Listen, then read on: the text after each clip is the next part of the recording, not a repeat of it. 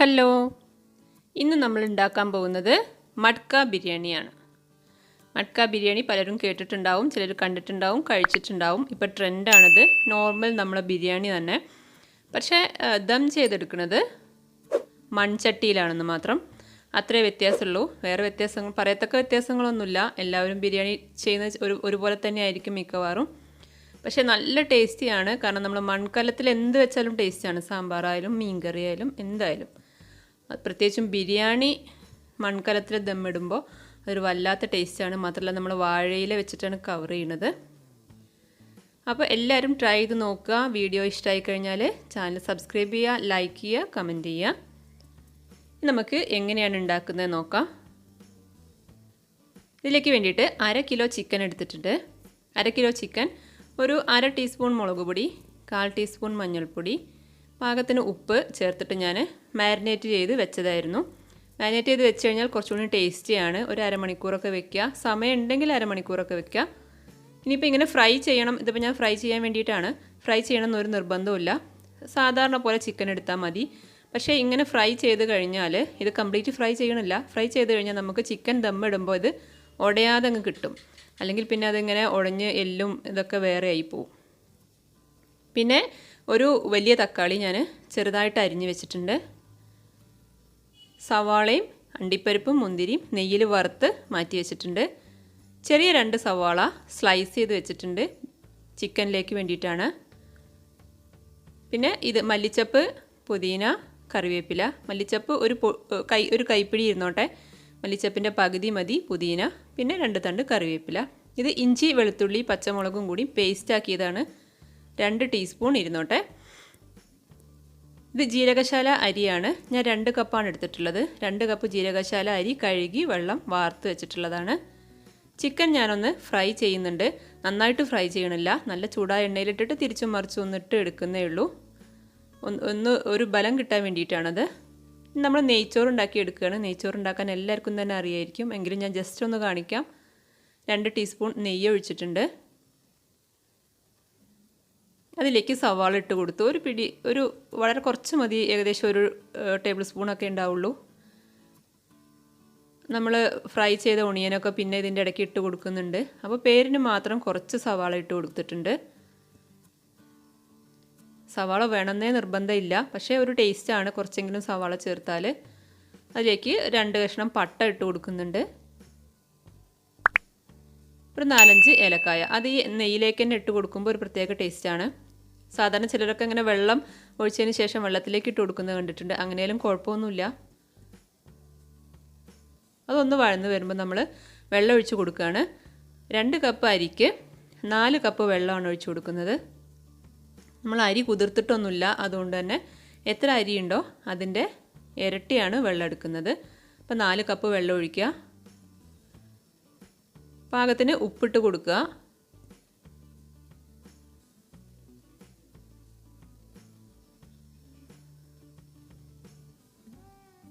ഇനി വെള്ളം നന്നായി തിളച്ച് വരുമ്പോൾ നമ്മൾ കഴുകി വാർത്ത് വെച്ചിട്ടുള്ള അരി ഇട്ട് കൊടുക്കുക. അരി നമ്മൾ കഴുകി ഇതുപോലെ സ്ട്രെയിനറിൽ വാർത്ത് വെച്ച് കഴിഞ്ഞാൽ വെള്ളത്തിൻ്റെ അളവിലൊരു കൺഫ്യൂഷൻ വരില്ല. നേരെ മറിച്ച് നമ്മൾ കുറച്ച് വെള്ളത്തോടെയൊക്കെ അരി ഇട്ട് കൊടുത്തു കഴിഞ്ഞാൽ നമുക്ക് ചിലപ്പോൾ വെള്ളം കൂടാൻ ചാൻസ് ഉണ്ട്. ഇത് കറക്റ്റായിട്ട് ചെയ്യുക. ഇനി നമ്മൾ മസാല ഉണ്ടാക്കാൻ പോവുകയാണ്. ചോറ് ഞാൻ അപ്പുറത്തെ അടുപ്പത്തിലേക്ക് മാറ്റി വെച്ചിട്ടുണ്ട്. ഇനി ഒന്നുമില്ല, ആ വെള്ളം വറ്റുമ്പോൾ ചോറ് കറക്റ്റായിട്ട് വെന്തിട്ടുണ്ടാവും. ചിക്കനിലേക്ക് വേണ്ടിയിട്ട് ഞാൻ 2 ടേബിൾ സ്പൂൺ വെളിച്ചെണ്ണ ഒഴിച്ചു.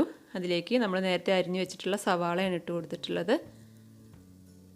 സവാള ഞാൻ ഒരുപാടൊന്നും എടുത്തിട്ടില്ല. ചെറിയ 2 സവാളയാണ് എടുത്തത് 1/2 കിലോ ചിക്കനിലേക്ക്. ഇനി ഇതൊന്ന് വഴറ്റിയെടുക്കണം. ഒരുപാട് ബ്രൗൺ കളറാവൊന്നും വേണ്ട, ഒന്ന് വാടി വന്നാൽ മതി. അതിലേക്ക് ഞാൻ പാകത്തിന് ഉപ്പിട്ട് കൊടുത്തിട്ടുണ്ട്. സവാള വാടി വരാൻ വേണ്ടിയിട്ടുള്ള ഉപ്പാണ് ഇട്ടത്. പക്ഷേ ഉപ്പിടുമ്പോൾ പ്രത്യേകം ശ്രദ്ധിക്കേണ്ട ഒരു കാര്യം, നമ്മൾ ചിക്കൻ മാരിനേറ്റ് ചെയ്യുമ്പോൾ ചിക്കനിലേക്കുള്ള ഉപ്പിട്ട് കൊടുത്തിട്ടുണ്ട്. അപ്പോൾ പിന്നെ ഇവിടെ ഉപ്പിടുമ്പോൾ സൂക്ഷിക്കണം. ചിക്കനും കൂടി ഇതിലേക്ക് ചേരുമ്പോൾ ഉപ്പ് കൂടി പോവാതെ പ്രത്യേകം ശ്രദ്ധിക്കുക. ചോറിലേക്കുള്ള ഉപ്പ് നമ്മൾ ചോറിൽ തന്നെ ഇട്ടിട്ടുള്ളതാണ്. ഇനി ഒന്ന് നന്നായിട്ട് വഴന്നു വരുമ്പോൾ ഞാൻ സവാള ഒന്ന് അടച്ച് വെച്ചിട്ടൊന്ന് റെഡിയാക്കി ഇതൊന്ന് സോഫ്റ്റ് ആകാൻ വേണ്ടിയിട്ട് ഇഞ്ചി, വെളുത്തുള്ളി, പച്ചമുളകും കൂടി പേസ്റ്റ് ആക്കിയതാണ് ഇട്ട് കൊടുത്തത്. ഇഞ്ചി വെളുത്തുള്ളി പച്ചമുളക് പേസ്റ്റ് ആക്കി ഇട്ട് കൊടുത്തതിന് ശേഷം നന്നായിട്ടൊന്ന് വഴറ്റിയെടുക്കണം. ആ പേസ്റ്റിൻ്റെ ഒരു റോ ടേസ്റ്റ് ഉണ്ടാവും, പ്രത്യേകിച്ച് ഗാർലിക്ക് ഒരു റോ ടേസ്റ്റ് ഉണ്ടാവും. അതൊന്ന് മാറി കിട്ടുന്നവരെ ആ എണ്ണയിൽ കിടന്നൊന്ന് വഴറ്റിയെടുക്കുക. ഒരുപാട് ഓയിൽ ഒഴിക്കേണ്ട ആവശ്യമില്ല കേട്ടോ ഈ ചിക്കൻ ഇങ്ങനെ ഈ മസാല ഉണ്ടാക്കുമ്പോൾ. അതൊന്ന് വഴന്ന് വന്നു കഴിഞ്ഞാൽ നമ്മൾ തക്കാളി ഇട്ട് കൊടുത്തു. തക്കാളി ഞാൻ വലിയൊരു തക്കാളിയാണ് എടുത്തത്. കുറയ്ക്കണം എന്നുണ്ടെങ്കിൽ ചെയ്യാം, പക്ഷേ നമ്മൾ തൈര് ഒഴിക്കുന്നുണ്ട്. അപ്പോൾ നല്ല പുളിയുള്ള തൈരാണ് യൂസ് ചെയ്യണത് എങ്കിൽ തക്കാളി ഒരു ഹാഫ് തക്കാളിയോ അല്ലെങ്കിൽ ചെറിയ തക്കാളിയൊക്കെ ആക്കി കുറയ്ക്കാവുന്നതാണ്. തക്കാളി ഇട്ട് കഴിഞ്ഞാൽ നമ്മൾ കുറച്ച് സമയം ഒന്ന് അടച്ച് വെച്ചിട്ട് വേവിക്കണം, നല്ലതാണ്. എന്നാൽ പെട്ടെന്ന് തന്നെ തക്കാളി ഒന്ന് സോഫ്റ്റായി കിട്ടും. അതിലേക്ക് നമ്മൾ ഈ ഇലകളെല്ലാം ഇട്ട് കൊടുക്കുകയാണ്. മല്ലിച്ചപ്പ്, പുതിന, കറിവേപ്പില. മല്ലിച്ചപ്പ് ഞാനൊരു കൈപ്പിടിയിൽ ഒതുങ്ങുന്ന അത്രയാണ് എടുത്തിട്ടുള്ളത്. പുതിന പിന്നെ എപ്പോഴും അതിൻ്റെ പകുതി എടുക്കുകയാണ് നല്ലത്, അല്ലെങ്കിൽ ഒരു പെട്ടെന്നൊരു കുത്തൽ വരും. മല്ലിച്ചപ്പ് കുറച്ച് കൂടിയാലും കുഴപ്പമൊന്നുമില്ല.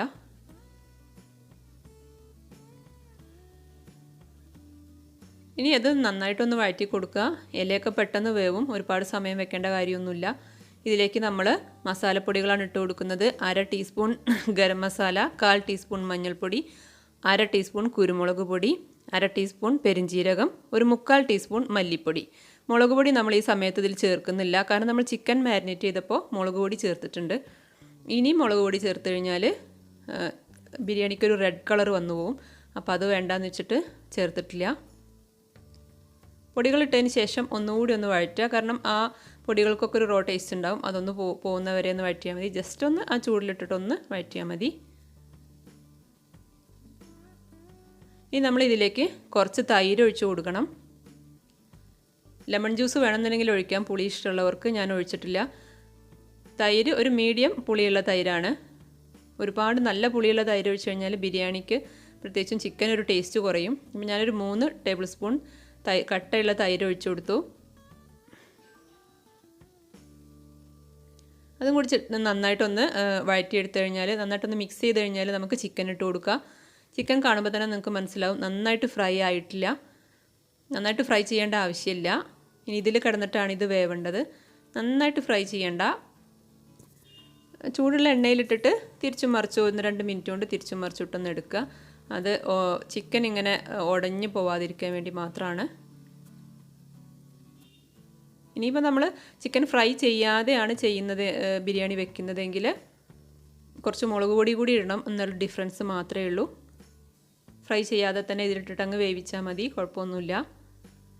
ഇനി ചിലർക്കെങ്കിലും ഫ്രൈ ചെയ്തിട്ടുള്ളതായിരിക്കും കൂടുതൽ ഇഷ്ടം, അതുകൊണ്ടാണ്. മാത്രമല്ല നമ്മൾ മൺകലത്തിൽ ദമ്മിടുമ്പോൾ കുറച്ചധികം ചൂടുണ്ടാവും, അപ്പോൾ പെട്ടെന്ന് തന്നെ ഉടഞ്ഞു പോകാനുള്ള സാധ്യതയുള്ളതും കൂടി കൊണ്ടാണ് ഞാൻ ഒന്ന് ഫ്രൈ ചെയ്യാമെന്ന് വിചാരിച്ചത്. ഒരു 5 മിനിറ്റ് ലോ ഫ്ലെയിമിൽ അടച്ച് വെച്ചിട്ട് വേവിക്കുക. അപ്പോൾ നമ്മൾ ചോറ് റെഡി ആയിട്ടുണ്ട്. ചോറിൽ ഞാൻ കുറച്ച് ക്യാരറ്റും കൂടി അരിഞ്ഞത് ഇട്ട് കൊടുത്തിട്ടുണ്ടായിരുന്നു. ചോറ് അരി ഇട്ടിട്ട് തിളച്ച് കഴിഞ്ഞാൽ പിന്നെ ലോ ഫ്ലെയിമിൽ വെക്കുക. ഒരു 3-4 മിനിറ്റ് ലോ ഫ്ലെയിമിൽ വെച്ചാൽ തന്നെ പെട്ടെന്ന് തന്നെ ചോറ് റെഡിയാവും. ജീരകശാല അരിയാണ്, പെട്ടെന്ന് തന്നെ ആവും. ഇപ്പോൾ ചോറ് അവിടെ റെഡി ആയിട്ടുണ്ട്, ചിക്കൻ ഇവിടെയും റെഡി ആയിട്ടുണ്ട്. ഇനി നമുക്കിത് ദം ചെയ്തെടുക്കുക എന്നുള്ളതാണ് അടുത്ത പണി. ദം ചെയ്യാനുള്ള കലമാണിത്, മൺകലം. പ്രത്യേകം ശ്രദ്ധിക്കേണ്ടത് ഒരുപാട് പഴക്കമുള്ള കലം എടുക്കരുത്. നമ്മൾ ചോറും കഞ്ഞിയും കറിയും സാമ്പാറും ഒക്കെ വെച്ചിട്ട് അങ്ങനെ പഴക്കമുള്ള കലം എടുക്കരുത്. പുതിയ കലാവണം. മാത്രമല്ല പുതിയത് വാങ്ങി ഉടനെ ചെയ്യരുത്. കലം ഒന്ന് മയക്കിയെടുക്കണം. ഞാനിപ്പോൾ കഞ്ഞിവെള്ളം ഒഴിച്ച് ഒന്ന് തിളപ്പിച്ച് മയക്കി എടുത്തിട്ടുള്ളതാണ്. അപ്പോൾ 1-2 പ്രാവശ്യമൊക്കെ കഞ്ഞിയോ ചോറൊക്കെ വെച്ചതായാലും കുഴപ്പമൊന്നുമില്ല.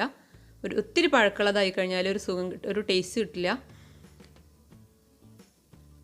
ഇനി ഇതിലേക്ക് നമ്മൾ കുറച്ച് നെയ്യ്, 1 ടീസ്പൂൺ ഏകദേശം നെയ്യ് ഒന്ന് ഒഴിച്ചു കൊടുക്കുന്നുണ്ട്.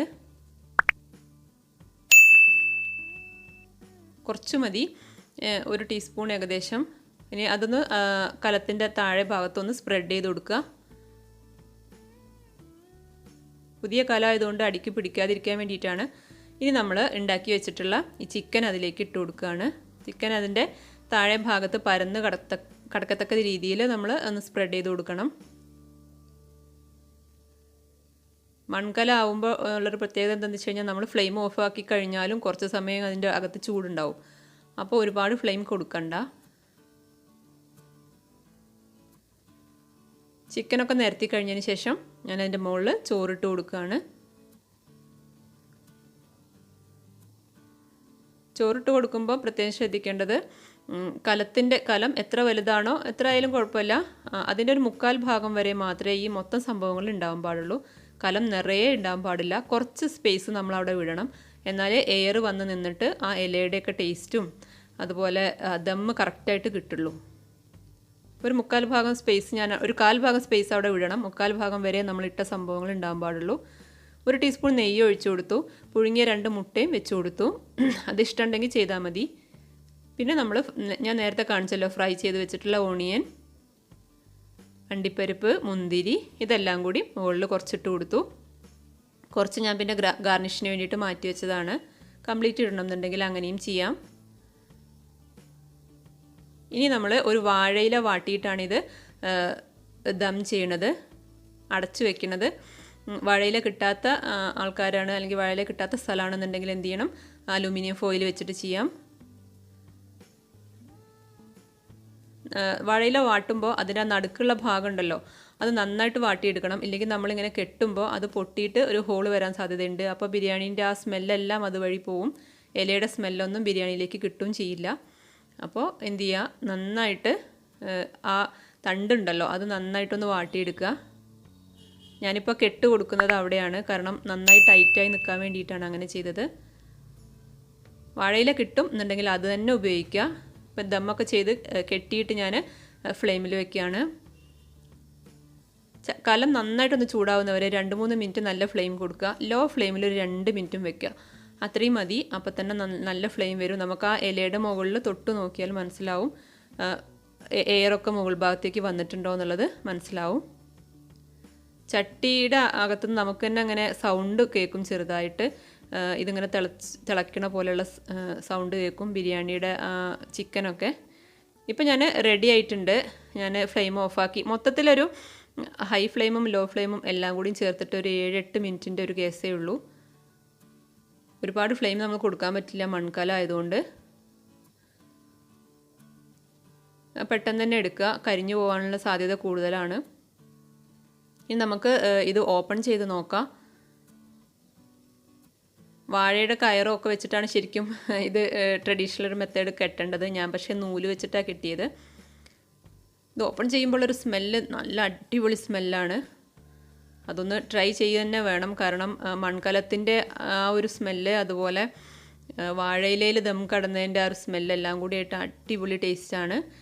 ഇപ്പോൾ ട്രെൻഡായിട്ട് എല്ലാവരും ചെയ്യുന്നൊരു സംഭവം കൂടിയാണ്. ട്രൈ ചെയ്ത് നോക്കുക. നോർമൽ ബിരിയാണി വെക്കണ പോലെ തന്നെയാണ്, പക്ഷെ മൺകലത്തിലാണ് ചെയ്യുന്നത്. അപ്പോൾ കുറച്ചൊന്ന് സൂക്ഷിക്കണം കരിഞ്ഞു പോവാതെ. അത്രയേ ഉള്ളൂ, വേറെ പ്രത്യേകതകളൊന്നുമില്ല. ഞാൻ കംപ്ലീറ്റ് മിക്സ് ചെയ്തിട്ട് ആണ് സെർവ് ചെയ്തത്. നല്ല കിഡിലൻ ടേസ്റ്റാണ്. എല്ലാവരും തന്നെ ട്രൈ ചെയ്ത് നോക്കണം. ആ ഇല നമ്മൾ തുറന്ന് നോക്കുമ്പോഴുള്ള ആ ഒരു സ്മെല്ലാണ് അതിൻ്റെ പ്രത്യേകതയായിട്ട് എടുത്തു പറയാനുള്ളത്. എല്ലാവരും ട്രൈ ചെയ്ത് നോക്കുക. വീഡിയോ ഇഷ്ടമായി കഴിഞ്ഞാൽ ചാനൽ സബ്സ്ക്രൈബ് ചെയ്യുക, ലൈക്ക് ചെയ്യുക, കമൻറ്റ് ചെയ്യുക. വീണ്ടും നല്ല വീഡിയോ ആയിട്ട് ഞാൻ വരും. താങ്ക്